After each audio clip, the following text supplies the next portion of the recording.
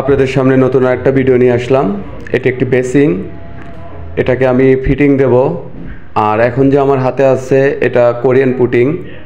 আমি এটাকে সুন্দর করে মিক্সিং করে নিচ্ছি। মিক্সিং করে নেওয়ার পরে এটা আমি এই যে ওয়েস্টে লাগাবো। দেখতে থাকুন কিভাবে আমি এটা ওয়েস্টে লাগাই। আমি এই যে ওয়েস্টটার প্যাচটা খুলে নিচ্ছি। এখন আমি এই পুটিংটা এই ওয়েস্টে লাগাবো। দেখতে থাকুন। নিচের যে রাবারটা আছে সেটা কিন্তু আমি সরিয়ে দেব। আগে পুটিংটা লাগিয়ে নেই। এই যে সরিয়ে দিলাম। এখন পুটিং লাগাচ্ছি।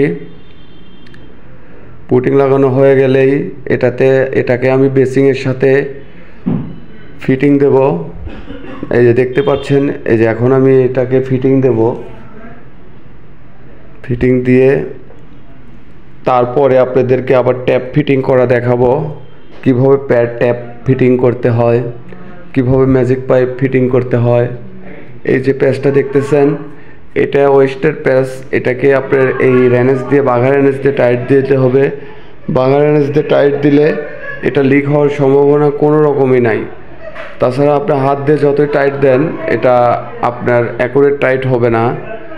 এটা টাইট দিতে আপনার বাঘা র্যানেস লাগবে। আপনি বাঘা র্যানেস ব্যবহার করবেন এটা টাইট দেওয়ার সময়। দেখতে থাকুন কিভাবে আমি বেসিংটা লাগাই। এটা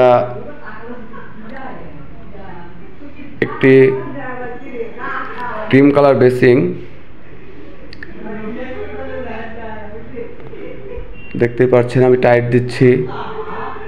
এটা আপনার হাতের টাইটে আপনার বুঝতে হবে যে আপনার কতটুক টাইট দিতে হবে, কতটুক টাইট দিতে হবে না। এটা আপনার হাতই বলে দিবে। বেশি টাইট হলে এটা ভেঙে যাওয়ার সম্ভাবনা থাকে, কারণ এটা হলো সিনামিক্সের। দেখতে থাকুন। এই যে এখানে যে এক্সট্রা যে পুটিংটা বের হয়েছে সেটা আমি এখন তুলে দিচ্ছি। এটা তুলে দেওয়ার পরে এটাতে আর কোনো রকম কোনো পুটিং দেখা যাবে না। এটা অ্যাডজাস্ট হয়ে গেছে।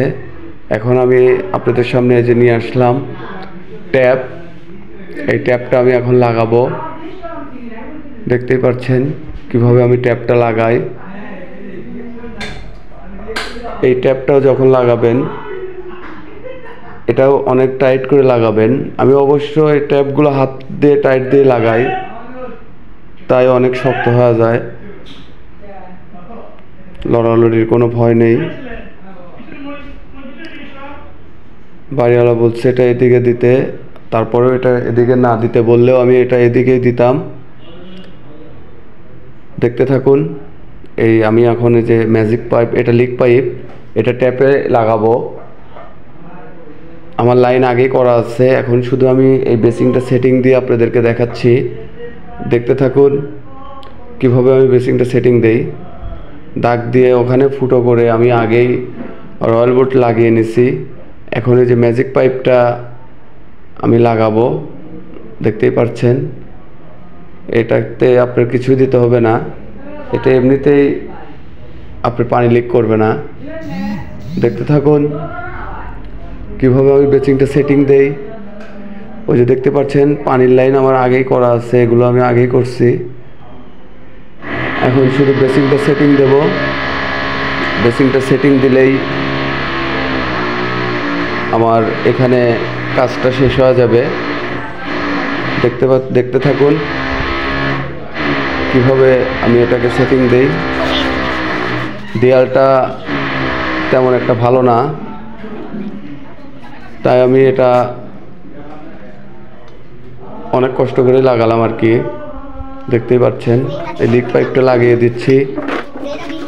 এখন কনসিল স্টপারটা এই যে বেসিংয়ের ম্যাজিক পাইপটা আমি দিয়ে দিলাম।